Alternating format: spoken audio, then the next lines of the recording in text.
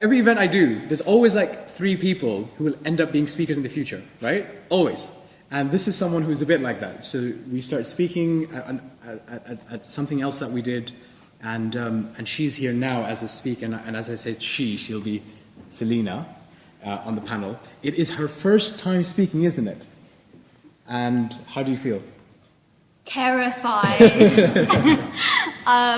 In fact, if you had told me 5 years ago that I would be here speaking as an apostate, I would have told you that I don't bet, but I'd rather bet that England will win the next World Cup again.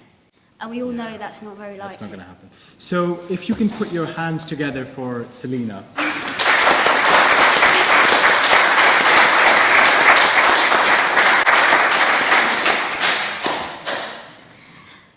So first of all, I want to say thank you to everyone who's here, because that means that you've all made an effort to come here and to really talk about something that's very, very difficult. And also for everyone else who's here on the panel. As you can see, I'm very, very, very nervous, because I never ever thought that I would be talking about this. I never thought that I would become an apostate. And for anybody who isn't a Jehovah's Witness, apostate just means somebody who has left a religion. But to Jehovah's Witnesses, an apostate is just someone who's got, Ebola. You don't go near them, you don't talk to them, because you're going to catch Ebola. And that's the kind of fear that they have of us, people who have left for whatever reason. And so I really didn't expect that I would lose my family, my friends. I didn't even expect that my non-Jehovah's Witness family would shun me, because I thought they would understand. But they didn't. And for 4 years since I've left, I've had to do a lot of soul searching and a lot of thinking about how do I go forward, and how do I make a difference, and how do I help other people to not go through the same thing that I went through. So just to give you a bit of a background, I was born in Madeira, which is a Portuguese island, and my dad is an alcoholic. My mum suffers from depression and really didn't want to have me because she was in her 40s. She had 5 other kids. I think if she could, she would have had an abortion. And I felt ever since I was little that I wasn't loved. I was hit, I was abused sexually, emotionally, pretty much every way you can think to be abused, I was. I suffered bullying. I've gone through pretty much everything that you can think of. And maybe I'm exaggerating, maybe there are worse stories in the world. And I don't want you to just focus on that, because my story isn't unique. Many other people have gone through similar things that I've gone through. And so when I came to London, I was 8 years old, and my mum and dad had separated, and I really honestly felt like this was going to be a change. I was going to become a better person. I would have a much better life. And that's when we started going to the meetings with my sisters, and that's when I thought I found love. This is the place where I need to be. And it helped me and it didn't help me. I thought that these people would even die for me. But these were people who I didn't even get to say goodbye to. I can't say hello to them. If I see them on the street, they'll pretend they don't know I'm there. So that for me was, there are no words to describe how that feels. And I really did everything that I could to be a good Jehovah's Witness. I didn't take blood when I was supposed to have my back operation. I regular pioneered for 3 years, which means that I spent an average of about 70 hours a month knocking doors. And often that meant that I had to take a part-time job during a recession. I had to be unemployed sometimes because I couldn't find a part-time job to go around that. I found it very hard to find people to go door to door with me because I didn't have a car. I had to walk hours and hours by foot just to reach people, and often they would just slam the door in my face. But I kept doing it because I honestly believed that this was the truth. Until I started to speak to the elders.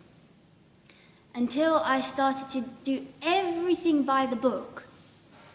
And I noticed the elders weren't doing everything by the book. And that really annoyed me, but I still kept going. Until they said, well, the reason why you're struggling, Celina, is because you were abused as a child. And we think that something else must have happened to you, because your reaction is just, you know, it's not that bad, you know. Something else must have happened to you because your reaction is so extreme.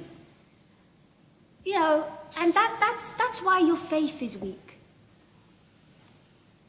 And that is when I never went back to the Kingdom Hall again. Because I said to myself, that is the number one reason why I am in this religion. And if they can't sense that, then God isn't here.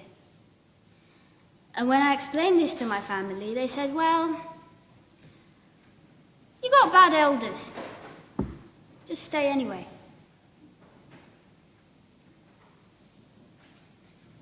But I couldn't. Eventually, no matter how diplomatic I could be, I was backed into a corner and I dissociated myself. And as soon as I did that, my sister said, we're not talking to you anymore. You're not saying goodbye to your nephews, because that's selfish of you. And eventually, pretty much every person in my family thought I was crazy or didn't talk to me. But I'm still here. There has been many, many times where I have felt suicidal, I felt down, but I am still here. Now, if I am still here, then many, many other people are going through this situation and they're also still here, but many aren't.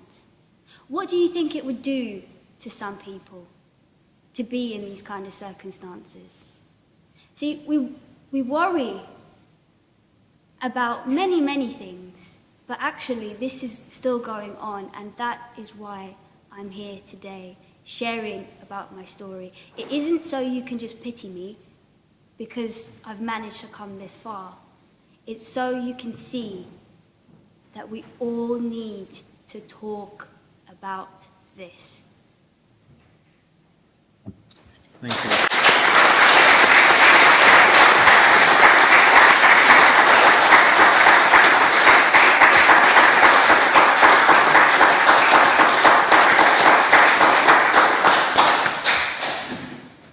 I mean, you're a student here, aren't you, as well? And I know this is quite a big thing because there's a line drawn when you do this video, isn't there? And there's a line drawn for all of you guys in many ways. And that line, as some of you ex-JWs will know, is that's it.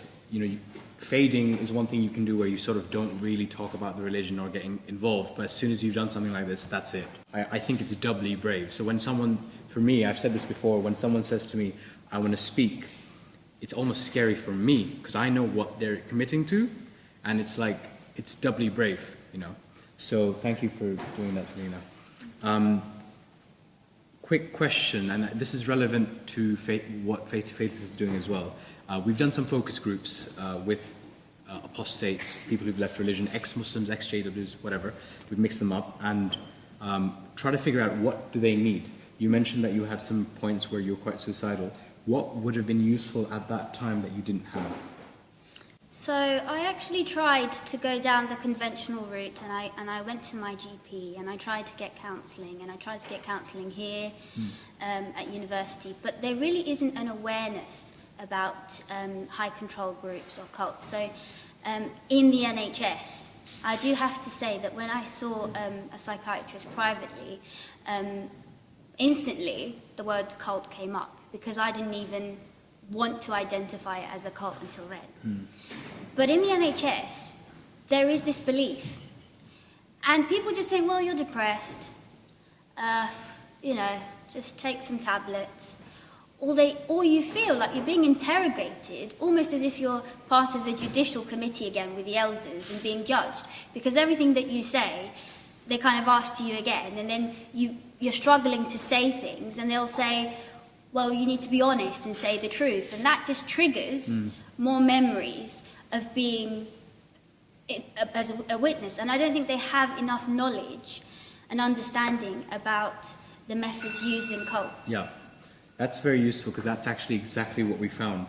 Like, word for word, that's what we found. And this is why we're trying to train those organizations better, because often it's not really that they're doing it negatively, they don't understand. And often it's just trying to explain how these things work, right? Okay, very good. So can you just put your hands together? I mean, that was really...